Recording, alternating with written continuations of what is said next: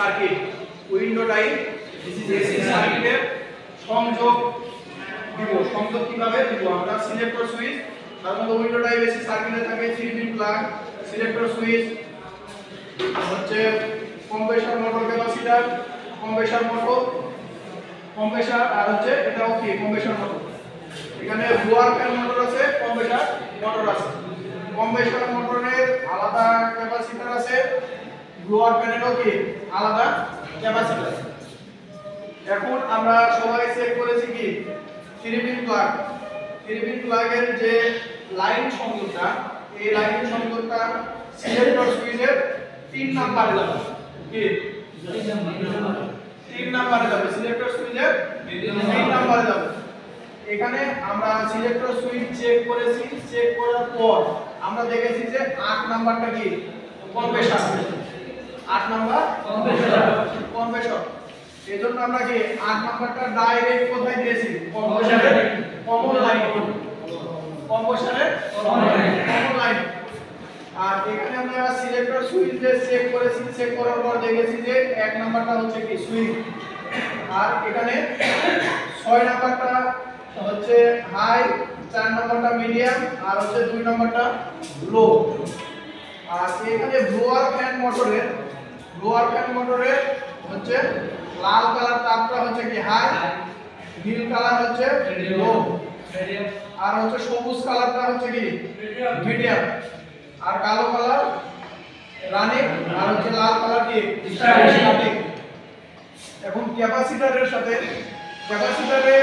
আমরা সাধারণত running are starting কোনো নির্দিষ্ট কোনো কিছু নাই, যে কোনো একটা রানিং, যে কোনো একটা স্টার্টিং ধরে নিতে হবে। ক্যাপাসিটরের রানিং বা স্টার্টিং কোনো নির্দিষ্ট নাই, আমরা যে কোনো একটা রানিং, যে কোনো একটা কি ধরব স্টার্টিং ধরব।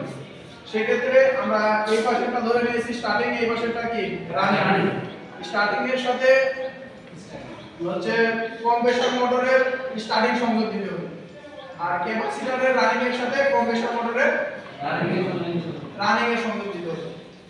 এখানে ক্যাপাসিটর হচ্ছে কম্প্রেসর ক্যাপাসিটরের ক্ষেত্রে কম্প্রেসর ক্যাপাসিটরও ওই সেম ইয়েটাই, যে দুইটা টার্মিনাল থাকবে, দুইটা টার্মিনালের কোনো রানিং বা কোনো স্টার্টিং নাই ক্যাপাসিটরের ক্ষেত্রে।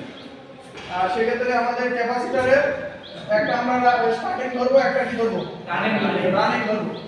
এই স্টার্টিং এর সাথে কম্প্রেসরের স্টার্টিং, আর রানিং এর সাথে কম্প্রেসরের কি রানিং। এখন আমরা যে ব্লোয়ার ফ্যান এবং কি কম্প্রেসর কোনখানে আমরা কি দিই নাই, নিউট্রালের সংযোগ দিই নাই। আমরা জানি সাধারণত নিউট্রালের সংযোগ কোথায় হয়? নিউট্রালের সংযোগ হয় রানিং এ। নিউট্রালের সংযোগ রানিং এ। আর আর্থিং সংযোগ যেটা আছে ওইটা সংযোগ হয় কোথায়? তাহলে এখান থেকে রানিং এ আমরা দিব এখানে ব্লোয়ার ফ্যান মোটরের রানিং এর সাথে, আর এইখানে হচ্ছে কম্প্রেসরের রানিং এর।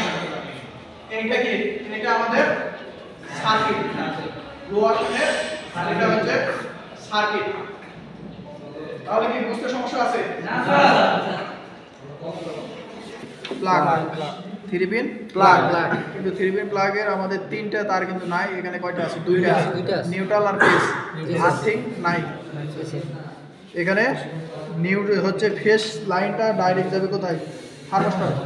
ওইখানে কিন্তু আমরা থার্মোস্ট্যাট দিই, থার্মোস্ট্যাট দরকার ছিল। এখানে আমাদের ডাইরেক্ট যাবে কোথায়? থার্মোস্ট্যাট। থার্মোস্ট্যাট থেকে যে যাবে হচ্ছে সিলেক্টর সুইচে। সিলেক্টর সুইচে যাবে কয় নম্বরে? 3 নম্বরে। জি স্যার, সিলেক্টর সুইচের 3 নম্বরে।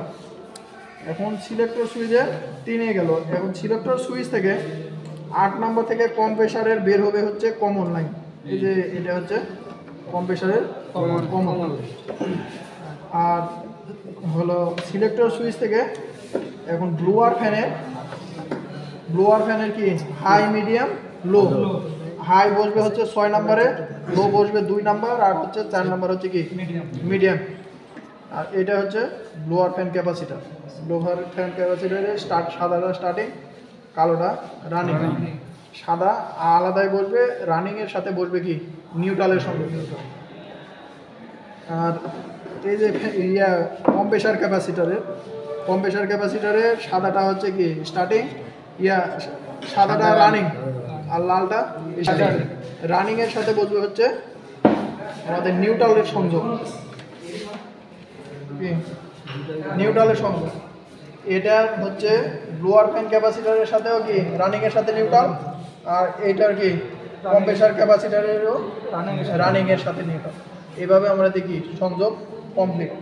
এখন কি সংযোগ বুঝতে কারো সমস্যা আছে? বুঝলে সহজ, না বুঝলে কিন্তু কি কিছু কি আছে আপনি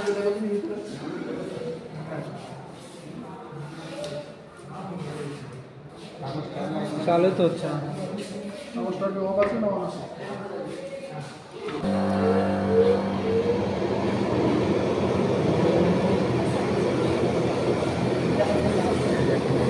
হাত দিস না, এটা লাগানো লাগবে, না